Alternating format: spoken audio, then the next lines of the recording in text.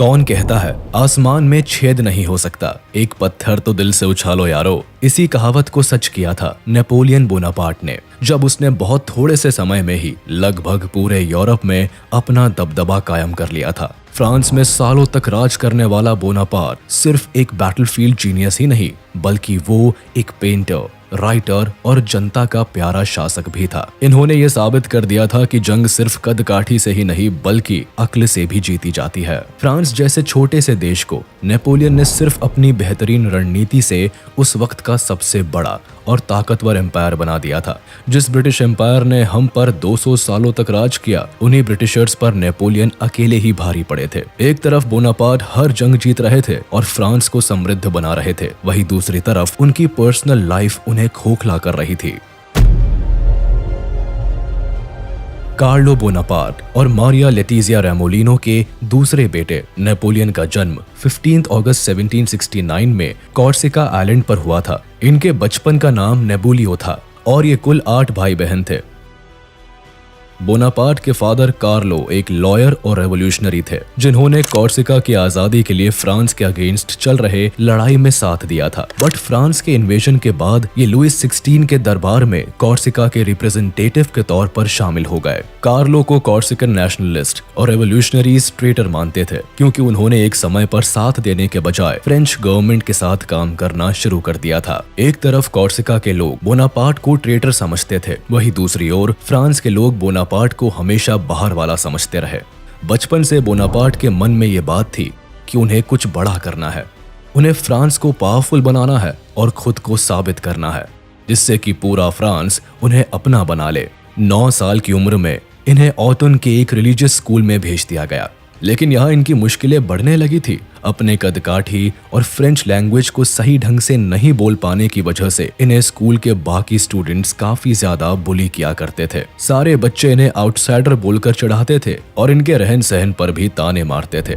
Napoleon इन बातों से काफी दुखी रहता था और हमेशा फ्रेंच सोसाइटी में मैच करने के लिए एफर्ट्स डालता रहता था। फिर भी नेपोलियन ने किसी तरह अपना स्कूल पूरा किया और इसके बाद मिलिट्री ज्वाइन करने के बारे में सोचा, जिसके बाद 1785 में नेपोलियन ब्रियन के मिलिट्री कॉलेज में गए, जहां इन्होंने मिलिट्री ट्रेनिंग ली और फिर पेरिस के मिलिट्री एकेडमी में पढ़ाई की, जहां इन्हें आर्टिलरीज को ऑपरेट करने की ट्रेनिंग दी गई। पर इस बीच इनके फादर की डेथ हो गई। अब एक तरफ फैमिली को सपोर्ट करना था और दूसरी तरफ अपने सपनों को पूरा करने की जिद थी।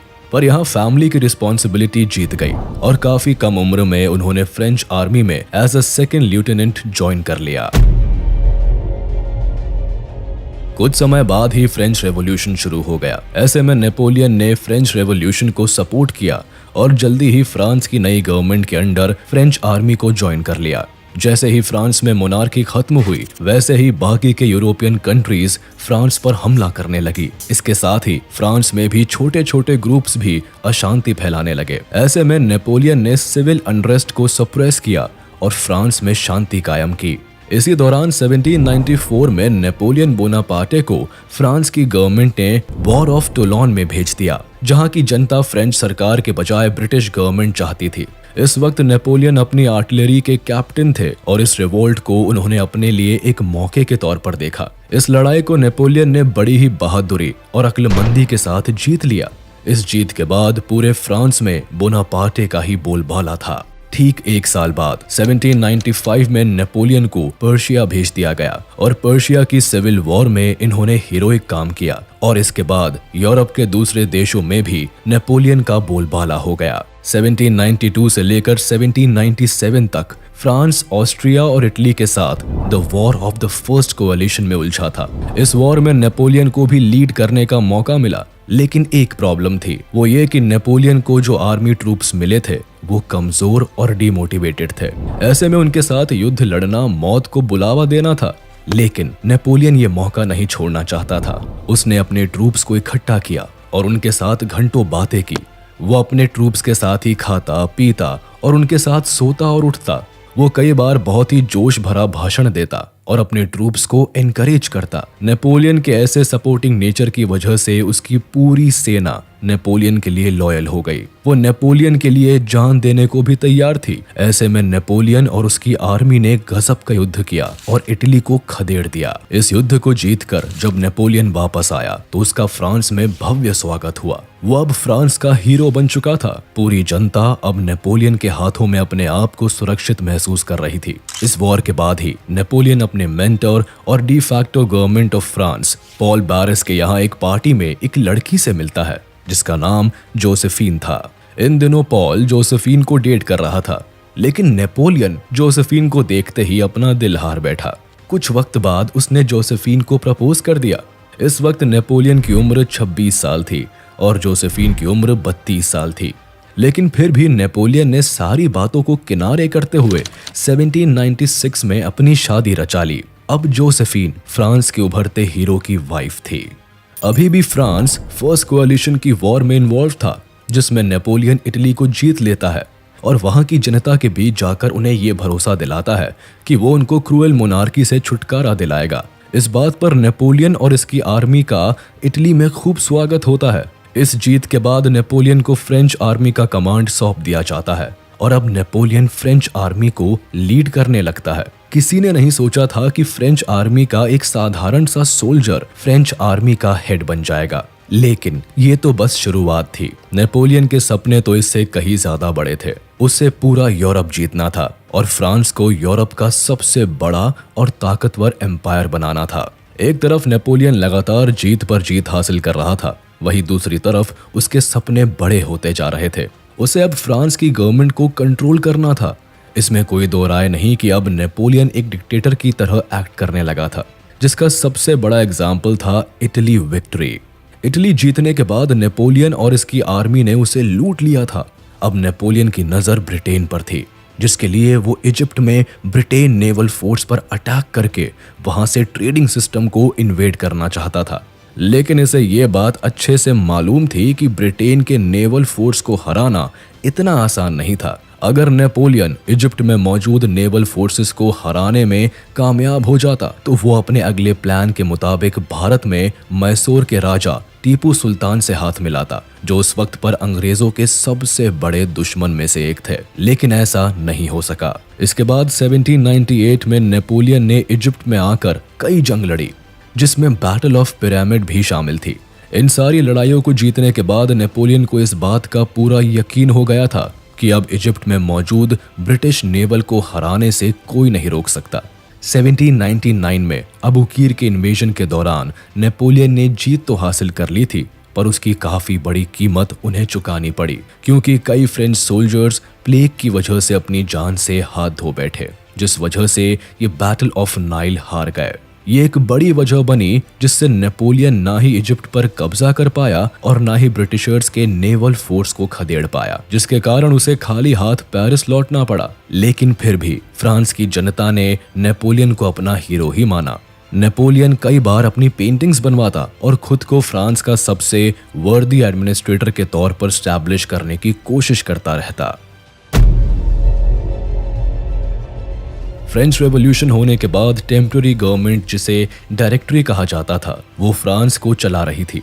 लेकिन इसमें कोई दो राय नहीं कि डायरेक्टरी की कमजोर पॉलिसीज फ्रांस में इकोनॉमिक और पॉलिटिकल स्टेबिलिटी नहीं स्टैब्लिश कर पा रही थी। उन दिनों नेपोलियन लगातार यूरोप के देशों को जीत रहा था और उसकी इमेज फ्रांस के लोगों में काफी अच्छी बनती जा रही थी।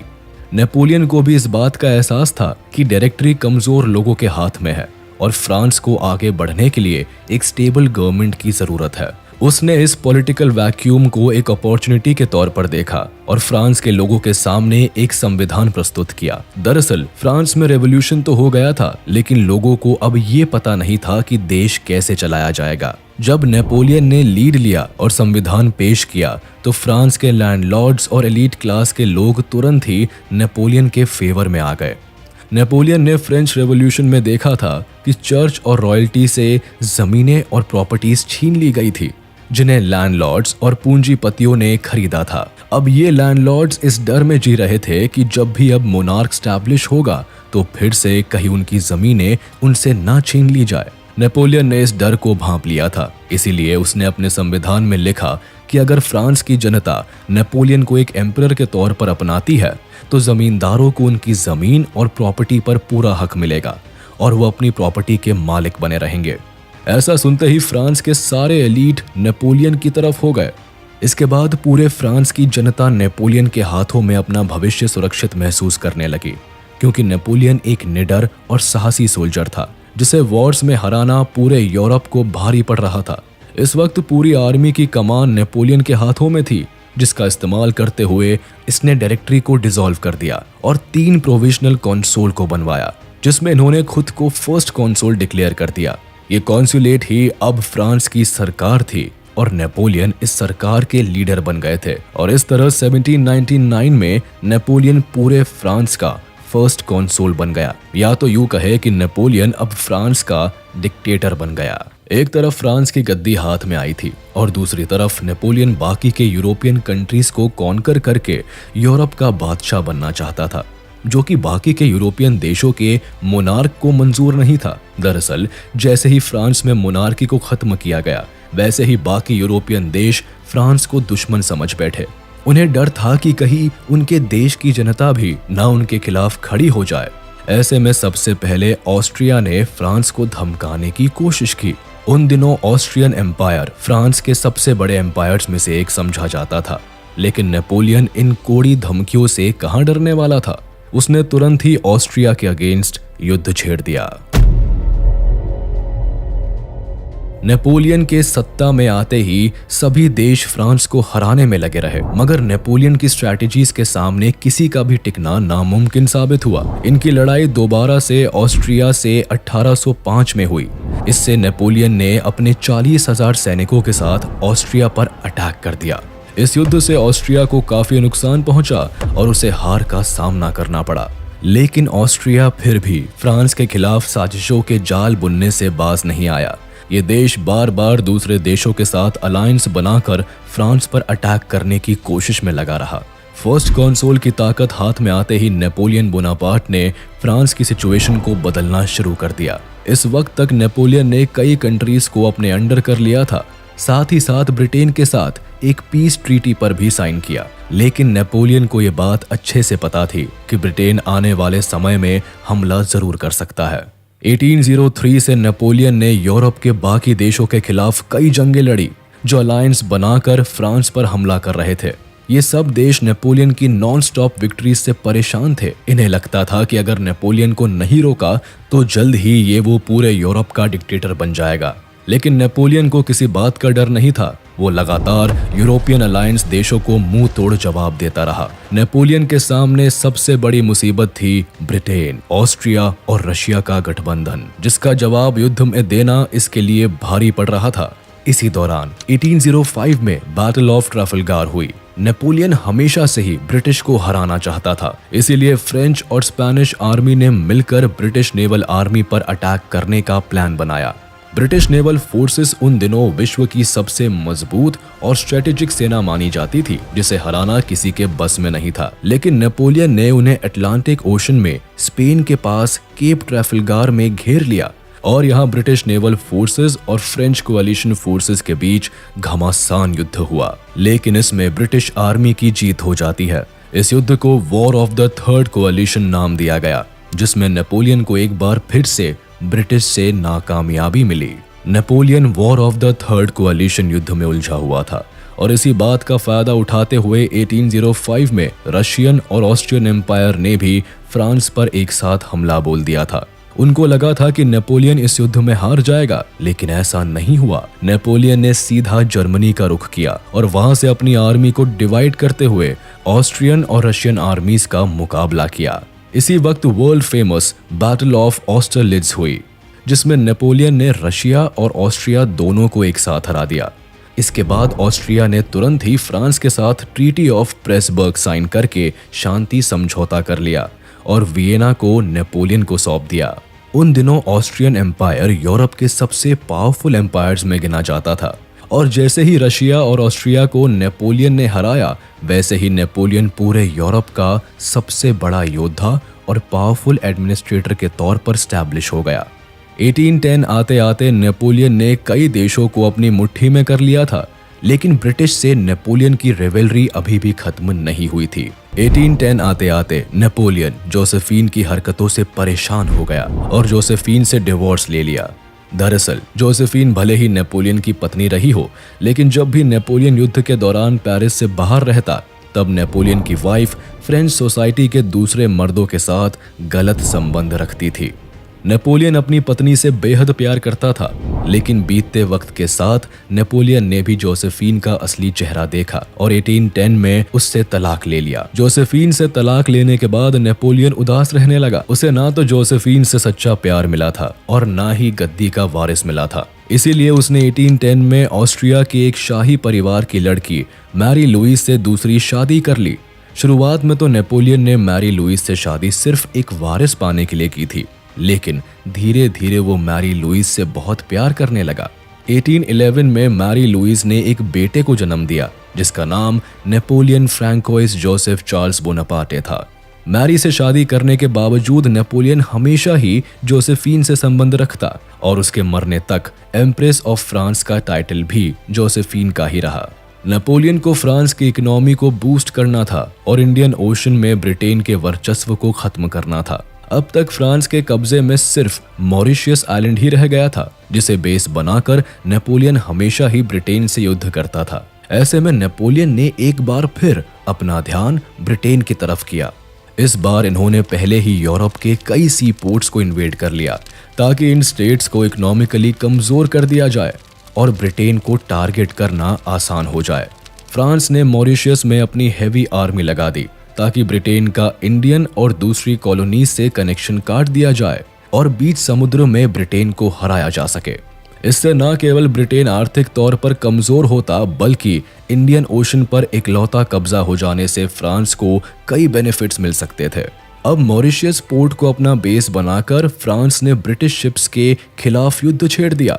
इस युद्ध का नाम बैटल ऑफ ग्रैंड पोर्ट था, जिसमें पहले तो फ्रांस जीत जाता है, लेकिन जल्दी ही ब्रिटेन की नेवल शिप्स आकर फ्रांस को इस युद्ध में घेर लेती है और फ्रांस की हार हो जाती है। इस युद्ध के बाद फ्रांस का इकलौता पोर्ट जो इंडियन ओशन में था, उसे भी ब्रिटेन अपने कब्जे में ले लेता है। लगातार हुई इन हारों से नेपोलियन और उनकी सेना आहत हो जाती है। नेपोलियन को ये लग जाता है कि ब्रिटिश नेवल आर्मी को हराना मुश्किल है। तब वो अपना ध्यान दोबारा से रशियन एम्पायर पर करता है। नेपोलियन को लगा कि अगर रशिया को जीत लिया जाएगा तो फ्रांस की इकोनॉमी बूस्ट होगी और आर्मी को भी कॉन्फिडेंस मिलेगा। इधर ब्रिटेन, ऑस्ट्रिया और फ्रांस के बीच हो रहे लगातार युद्ध को देखते हुए रशिया अपने आप को यूरोप से अलग कर लेता है। उसे लगता है कि इस तरफ फ्रांस रशिया पर हमला नहीं करेगा और रशियन एम्पायर को अलायंस से भी मुक्ति मिल जाएगी। नेपोलियन 1812 में अपने 5 लाख सैनिकों को लेकर रशिया पर अटैक कर देता है। चूंकि रशिया ने अपने आप को यूरोप से अलग करके सारे अलायंसेस को तोड़ लिया था, तो ऐसे में नेपोलियन अज्यूम करता है कि उसकी जीत होकर रहेगी, क्योंकि एक तरफ उसके पास 5 लाख सैनिक थे, वहीं दूसरी तरफ रशियन एम्पायर अकेले इतना मजबूत नहीं था कि फ्रांस से लड़ सके। लेकिन रशिया ने दूसरा ही आइडिया लगा रखा था। इनकी आर्मी नेपोलियन से वॉर करने की बजाय रशिया के इंटीरियर इलाकों में जा छुपी। ऐसे में नेपोलियन की आर्मी बेधड़क रशिया के शहरों को कब्जा करते हुए आगे बढ़ रही थी। नेपोलियन ने रशिया में बर्फ गिरने के दौरान भी इन्वेजन जारी रखा और मॉस्को जीत कर ही दम लिया। लेकिन मॉस्को जीतना नेपोलियन की आर्मी पर भारी पड़ गया। जैसे ही नेपोलियन आर्मी मॉस्को पर जीत हासिल करके निकली, वैसे ही रशियन आर्मी ने रिटेलिएट कर दिया। नेपोलियन के आधे से ज्यादा सैनिक भारी बर्फ और सर्दी के मारे मर चुके थे और जो बचे थे वो बेहद कमजोर, थके हुए और जीत के गुमान में चल रहे थे। ऐसे में नेपोलियन की आर्मी जब वापस लौटने लगी तो रशियन आर्मी इन पर भारी पड़ी।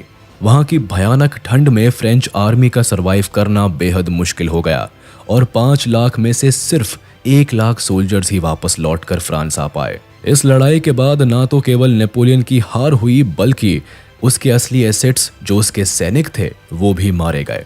दूसरी तरफ रशियन आर्मी ने जब फ्रांस को हरा दिया, तब अचानक रातों रात वो पूरे यूरोप में फेमस हो गए। क्योंकि ब्रिटिश नेवल आर्मी के सिवा नेपोलियन दूसरे किसी भी देश से नहीं हारा था। ऐसे में रशियन आर्मी एक मजबूत सेना बनकर उभरी।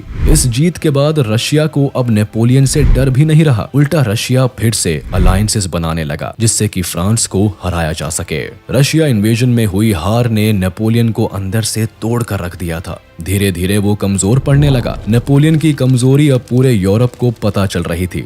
ऐसे में ऑस्ट्रिया, जो कि फ्रांस का सबसे पुराना दुश्मन था, वो कैसे पीछे रहता। इसीलिए उन्होंने तुरंत ही बाकी के देशों के साथ मिलकर फ्रांस पर अटैक करने का प्लान बनाया।